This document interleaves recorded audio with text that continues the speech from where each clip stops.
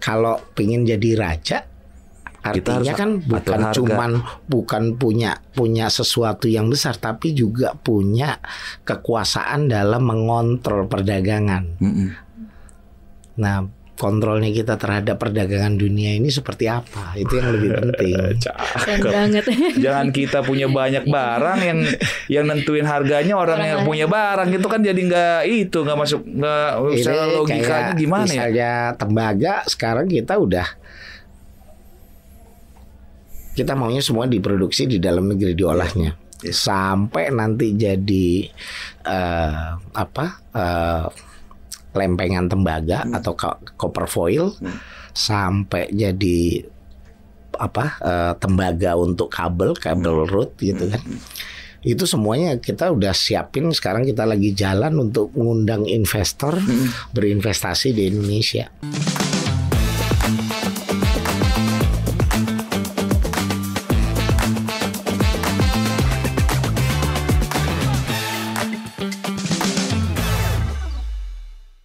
Kalau nikel yang ngatur siapa, Pak? Internasional juga, Pak? Luar juga, Pak? Ada bursanya juga gitu, Pak? Kita memang ngacu ke indeks. Nah, makanya kita menstabilkannya melalui harga yang di luar indeks. Tadi indeksnya turun benar. 16.800 turun 16.000, turun sekarang 15.800 misalnya gitu. Karena ini turun, indeks premiumnya naik. Jadi selain indeks ditambah harga premium. Premiumnya kita naik. Iya. Kalau nggak mau ya kalau nggak usah beli dari Indonesia gitu kan, Pak, maksudnya gitu. Tembaga juga gitu, Pak. Tembaga juga sama. Nah, ini buat apa? Ini buat negara nggak masalah loh. Karena itu kan artinya indeksnya turun, premiumnya naik, setorannya, harga jualnya relatif sebenarnya sama. Cuman negara itu tidak dirugikan karena sebenarnya royalti itu dihitungnya dari harga penjualan. Benar. Ya, jadi memang bersama-sama stakeholder harus bisa bagaimana komunikasinya bisa ngejaga harga yang harus itu, sama-sama kita punya kesepakatan gitu. Betul. Untuk ini gitu. Nah, itu kalau pengen jadi raja, artinya kan bukan punya sesuatu yang besar, tapi juga punya kekuasaan dalam mengontrol perdagangan. Nah, kontrolnya kita terhadap perdagangan dunia ini seperti apa? Itu yang lebih penting. Banget. Jangan kita punya banyak barang yang nentuin harganya orang yang punya barang, itu kan jadi nggak masuk secara logikanya gimana ya? Misalnya tembaga sekarang kita maunya semua diproduksi di dalam negeri, diolahnya sampai nanti jadi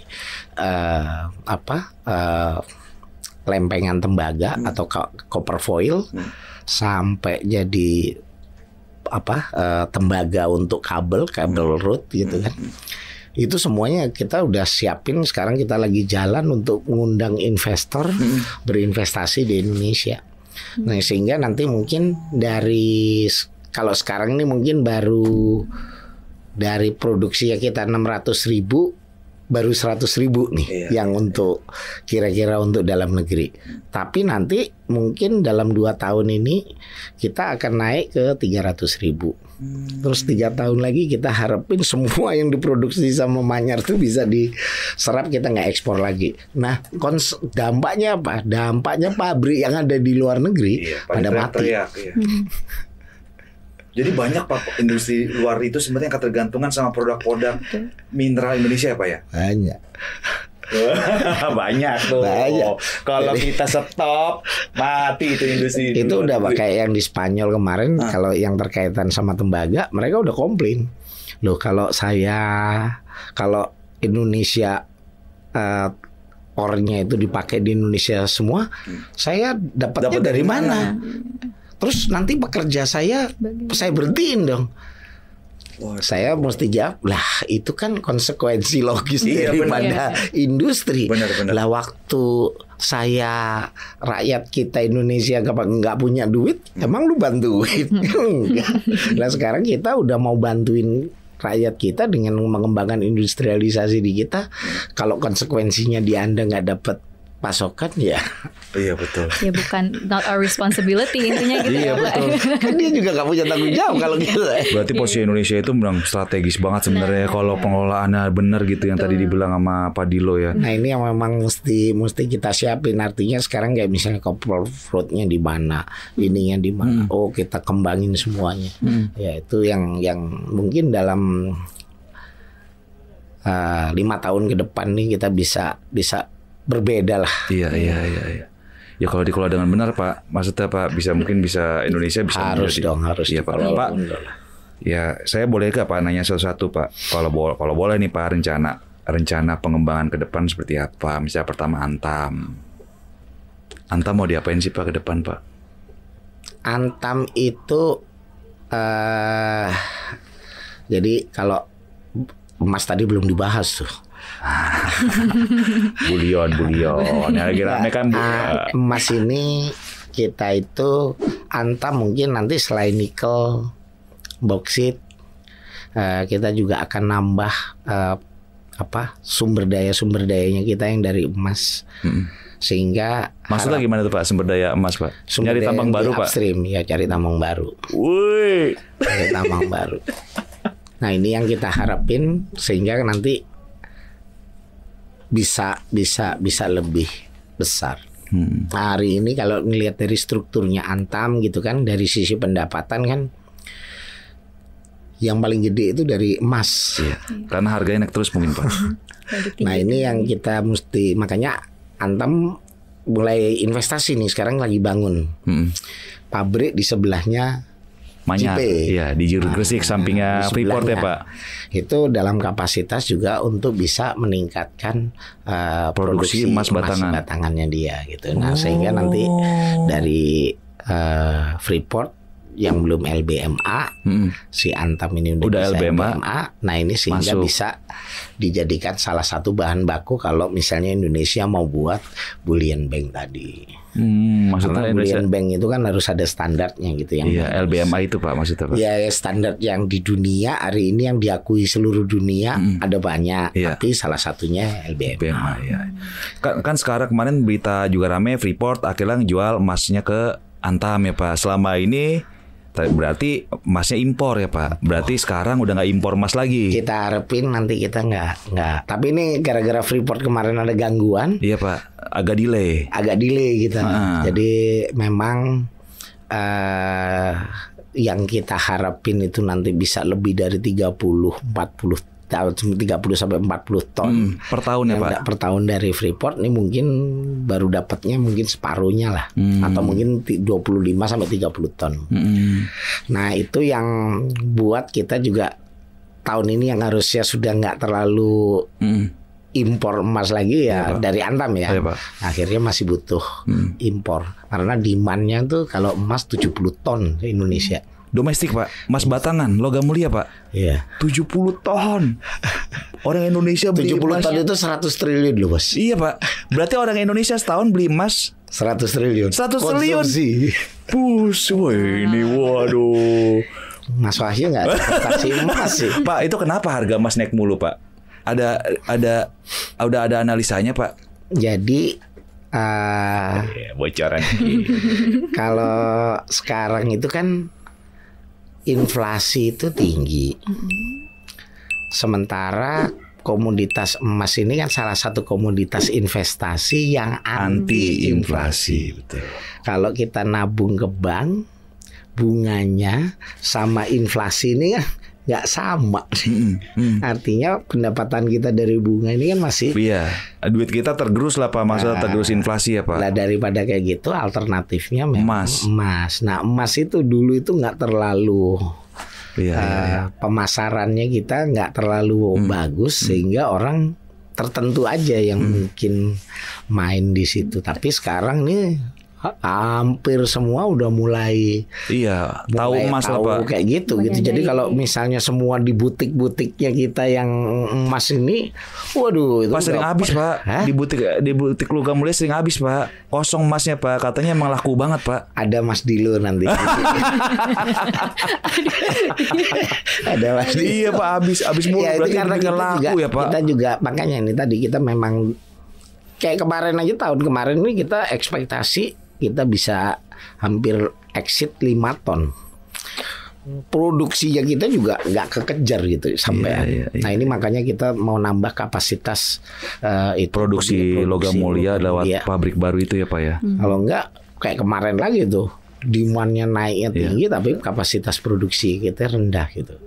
Lah ini yang 100 memang trennya ke depan, arahnya investasi emas itu ke sana. Termasuk negara ini kan sebenarnya cadangan devisanya kita ini kan emas mungkin masih sedikit lah. Padahal di beberapa negara sekarang sudah mulai switching. Termasuk Cina Pak. Beli emas terus katanya Pak. Mindahin ke emas. Iya. Nah Indonesia juga udah mulai nih lewat ke sana gitu. Nah ini makanya demand emas tuh naik luar biasa. Nah karena bukan cuma di Indonesia yang demandnya naik seperti itu, tapi hampir di seluruh dunia naiknya kayak gitu. Makanya kenaikan emas itu mungkin 2 tahun terakhir udah tembus 30%. Nah, lagi keranjingan emas lah di dunia ini ya Pak, kayak mencari yang paling. Jadi kalau Mas Wahyu punya investasi di saham belum tentu punya untung 30%. Benar. Nah kalau emas nih kemarin tuh trennya 30%. Gila banget ya Mas. Mas ini berarti ini bakal jadi andalan Antam ke depan selain bauksit sama nikel tadi ya Pak. Nah kita arahnya memang bauksit. Karena trennya ke depan aluminium produk itu akan jadi lebih primadona daripada nikel. Ini dari analis ya kita itu memperkirakan seperti itu. Jadi aluminium ini yang nanti akan jadi booming. Makanya beberapa pemain-pemain lokal ini udah mulai nih, grup-grup besar. Kita produksinya gede Pak, aluminium Pak di dunia Pak. Kita itu domestik dulu deh. Iya Pak. Domestik itu kita demandnya itu ada sekitar 1,2 juta ton. Iya. Nah tadi kan Inalum itu paling cuma 275 sampai 300 ribu. Iya, Pak. Artinya 900.000 kita masih impor. Tapi bahan bakunya kita ada Pak. Bauksit-nya dari. Kalau bauksit-nya kita beli mbah ruah. Berarti pengolahannya ya Pak. Nah sementara kayak tadi EGA yang ada Uni Emirat Arab yang mau jadi hub, dia nggak punya bahan baku. Dia tadinya ngandelin dari Gini yang Afrika. Afrika sekarang udah stop mengurangi. Jadi 50% daripada pusing di orang di dunia ini udah mulai pusing. Pak, bauksit salah satu besar lagi misalnya si Rusal, Rusia aluminium ya. Tadinya dia yang mensuplai Eropa semua. Benar. Hari ini Rusal di ban nggak bisa jualan di Eropa. Makin langka lagi. Menarik juga posisi Indonesia. Ada beberapa negara yang misalnya dari kayak misalnya Australia hari ini mereka tutup karena cash cost-nya tinggi. Nggak masuk ke ekonomian mereka masuk ke ekonomian. Sama kita udah tadi yang kalau Rio Tinto, BHP itu mungkin cash cost-nya ada di nomor 30-an, 40-an sana kan. Kalau kita nomor 8 nih. Ini masuk harganya jauh. Kalau harga turun mereka mati duluan. Pak itu tapi kita bauksit masih ekspor mentah Pak emang? Enggak. Enggak. Kan udah nggak boleh. Berarti sekarang nih udah ada pergolakan dari produsen-produsen yang itu dong. Makanya ada beberapa negara yang sekarang lagi approach pemerintah Indonesia supaya pemerintah Indonesia membuka keran ekspornya lagi. Karena mereka udah gak dapat bahan baku. Terus kebijakan ke depan bauksit ini berarti Antam nih saya agak geser dikit ke Inalum. Berarti kan mereka ada proyek bersama ya Pak ya. Esgar itu Pak. Itu jadi ini kan baru selesai 1 juta. Disatuin sama Main ID lewat Main ID untuk ini kan kapasitasnya baru 1 juta. Yang sekarang ini udah mulai produksi nih. Masih ramp up lah sampai nanti full kapasitinya. Tapi kita udah rencanain bahwa ini harus kita tingkatkan bukan cuma 1 juta. Mungkin kita akan putuskan tahun ini untuk tahap 2-nya kapasitas tambah 1 juta lagi. Jadi 2 juta. 2 juta. Alumina Pak. Alumina. Itu jadi aluminiumnya berapa Pak? Alumina 1 juta itu kira-kira jadi aluminiumnya 500.000. Berarti tambah 1 juta nih Pak kalau dua ini. Kita udah nggak impor lagi nih Pak. Ya, kalau sekarang itu kan kita dengan 1 juta ini, ini kan semuanya ke Inalum. Iya Pak. Tapi 1 juta kan 500.000. Sementara Inalum ini kan baru kapasitasnya 300.000. Iya, Pak. Maka yang 300.000 ini mau saya tingkatin jadi 1 juta. Nah kalau 1 juta maka butuhnya kira-kira kan harus 2 juta. Betul. Nah ini makanya harus antara proyek benar. ini harus sama. Harus sama, benar Pak. Nah kalau itu kejadian Pak, apa yang akan terjadi sama Main ID Pak? Jadi raja aluminium dunia Pak. Benar kan Indonesia kan Pak? Ujungnya kan baterai. Oh iya. Di Maksudnya baterai itu 20% aluminium. Alumina.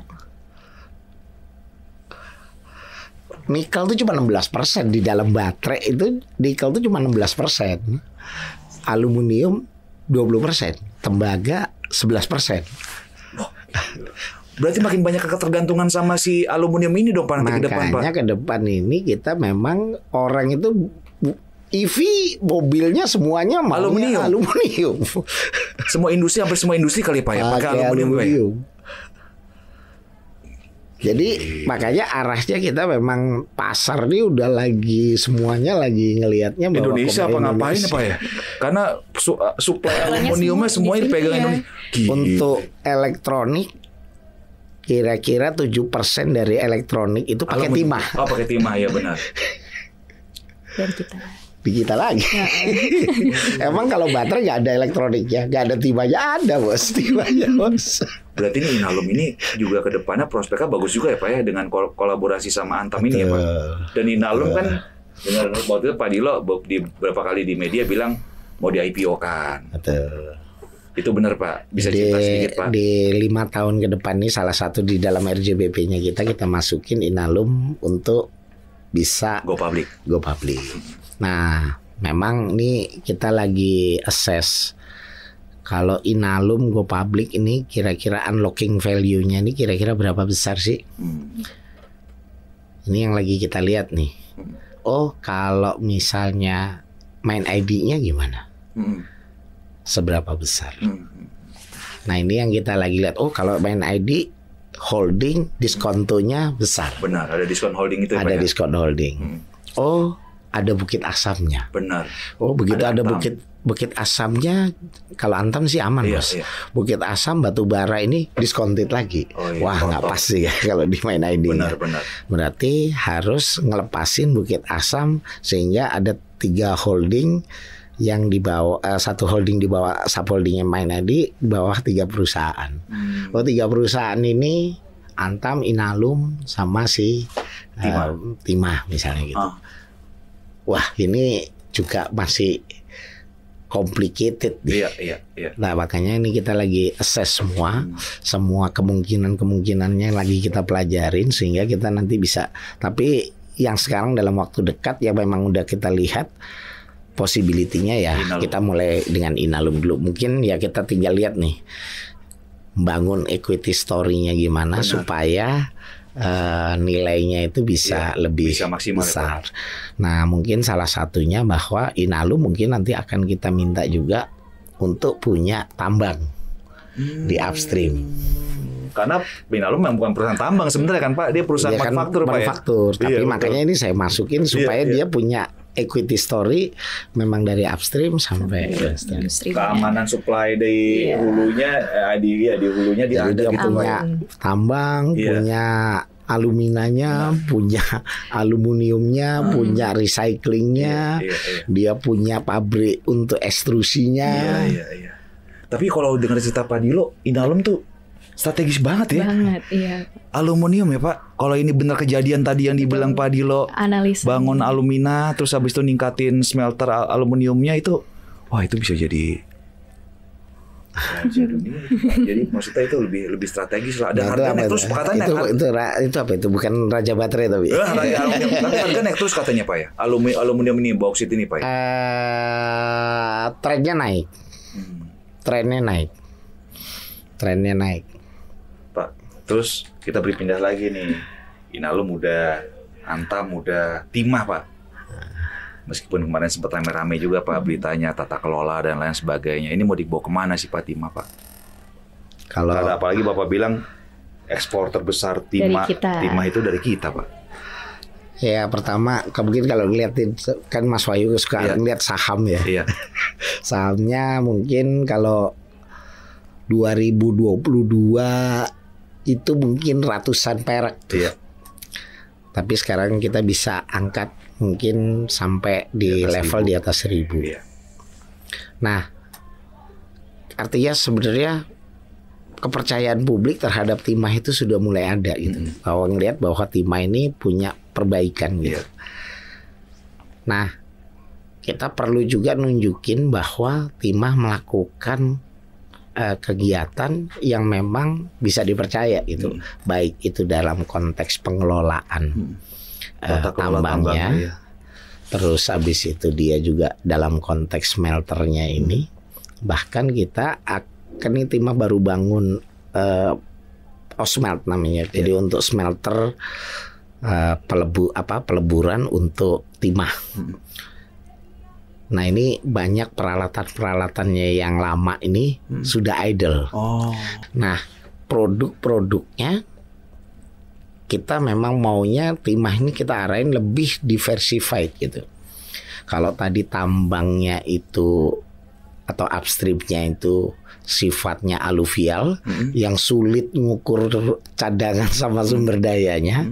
Sekarang timah sudah punya cadangan yang sifatnya batu primer. Ini yang kita akan kerjain dalam tahun ini.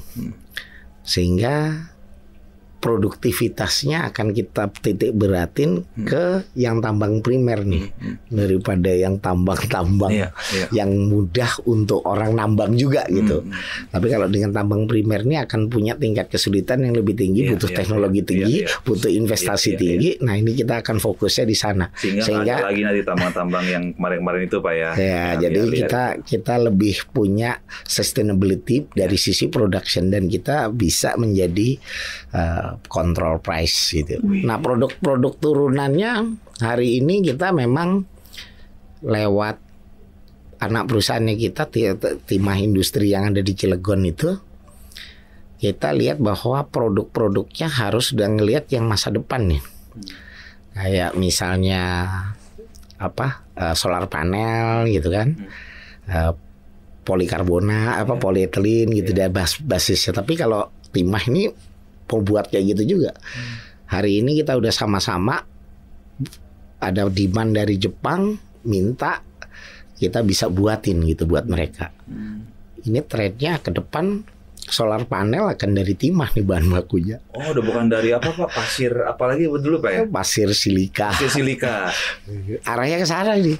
Oh. Ada komoditasnya dia ilmenite, zirkon. Yang lebih mudah untuk didapat nih sekarang mau kita coba untuk monetisasi semua. Tapi kita bukan mungkin usulannya tidak menggunakan uranium yang tingkat radiasinya tinggi. Tapi apa, sehingga Pak? Kalau misalnya terjadi kebocoran resikonya besar. Thorium. Ada juga kan Pak tadi yang Bapak bilang tadi kan Pak. Punya. Pak selama ini kemana tuh rare earth itu? Dulu apa nggak bisa diolah kita nggak tahu akhirnya dilepas aja gitu loh Pak. Dilepas tapi semenjak saya bilang enggak, kita harus olah di sini. Dan sekarang kita sama timah sedang siapin fasilitas untuk bisa mengolah rare earth itu. Sobat Cuan, jangan lewatkan lanjutan obrolan seru yang gak kalah menariknya dari pembahasan kita kali ini. Hanya di channel YouTube Cuap Cuap Cuan.